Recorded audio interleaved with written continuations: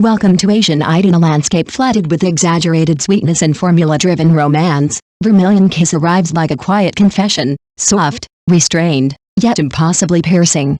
Its greatest strength is not how sweet it appears on the surface, but how it revives a feeling many thought they had outgrown, that fragile, trembling moment of truly liking someone.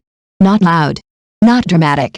Just real at first. You might assume it's another predictable campus romance, familiar tropes, recycled emotions, a story you've already seen 100 times. But somewhere between one episode and the next, something shifts. You realize this drama isn't feeding you artificial sugar, it's reconstructing something far more delicate. It doesn't rush. It doesn't force intensity.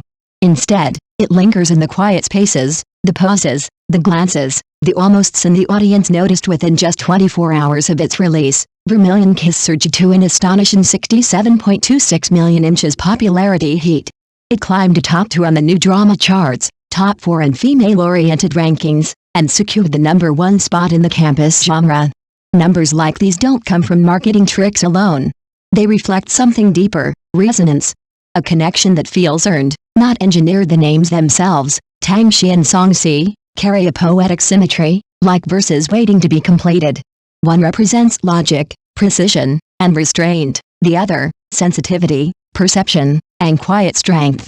On paper, the science genius meets literature prodigy dynamic isn't groundbreaking. But what sets the story apart is how grounded it feels. There are no exaggerated confessions or forced misunderstandings. No sudden kisses under dramatic lighting.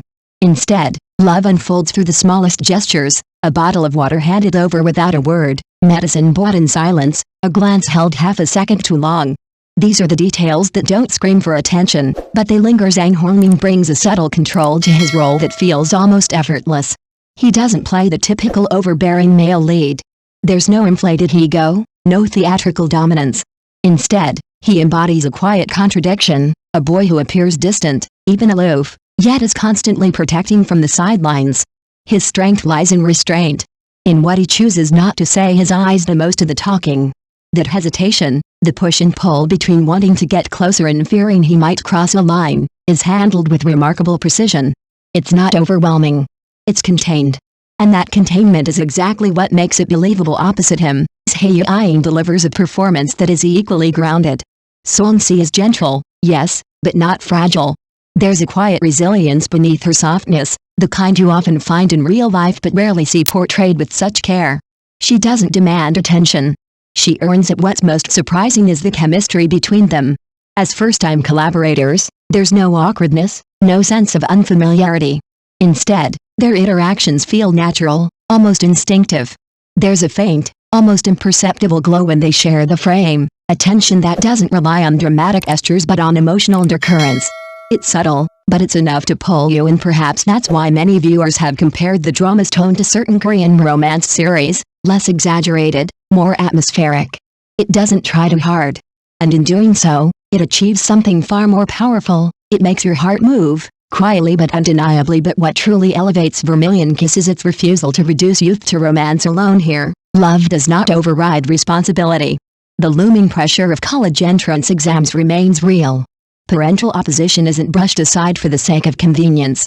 Instead of running away together or making grand sacrifices, Tang Xi and Song Si choose something far more difficult. They choose to wait. They make a promise to meet again at Yan. 3 years in today's world, where emotions are often expressed instantly and abandoned just as quickly, that kind of patience feels almost radical.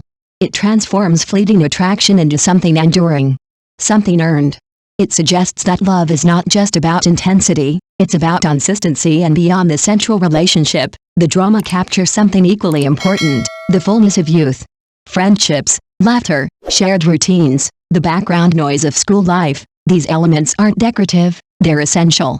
Because real adolescence is never just about one person. It's a mosaic of connections, moments, and memories. Of course, the drama isn't without its imperfections. Certain narrative adjustments, like the 3 years later, now adults disclaimer, unresolved engagement subplots, hint at external constraints. You can feel the friction in places. But by the time you notice these flaws, they hardly matter, because what the drama gets right is where it captures that quiet, almost indescribable feeling of early love, the kind that doesn't demand attention, doesn't need validation, but stays with you long after it's gone.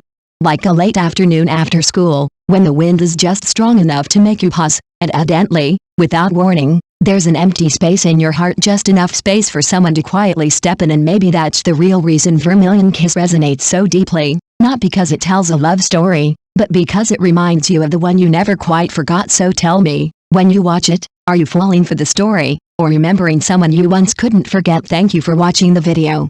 See you again.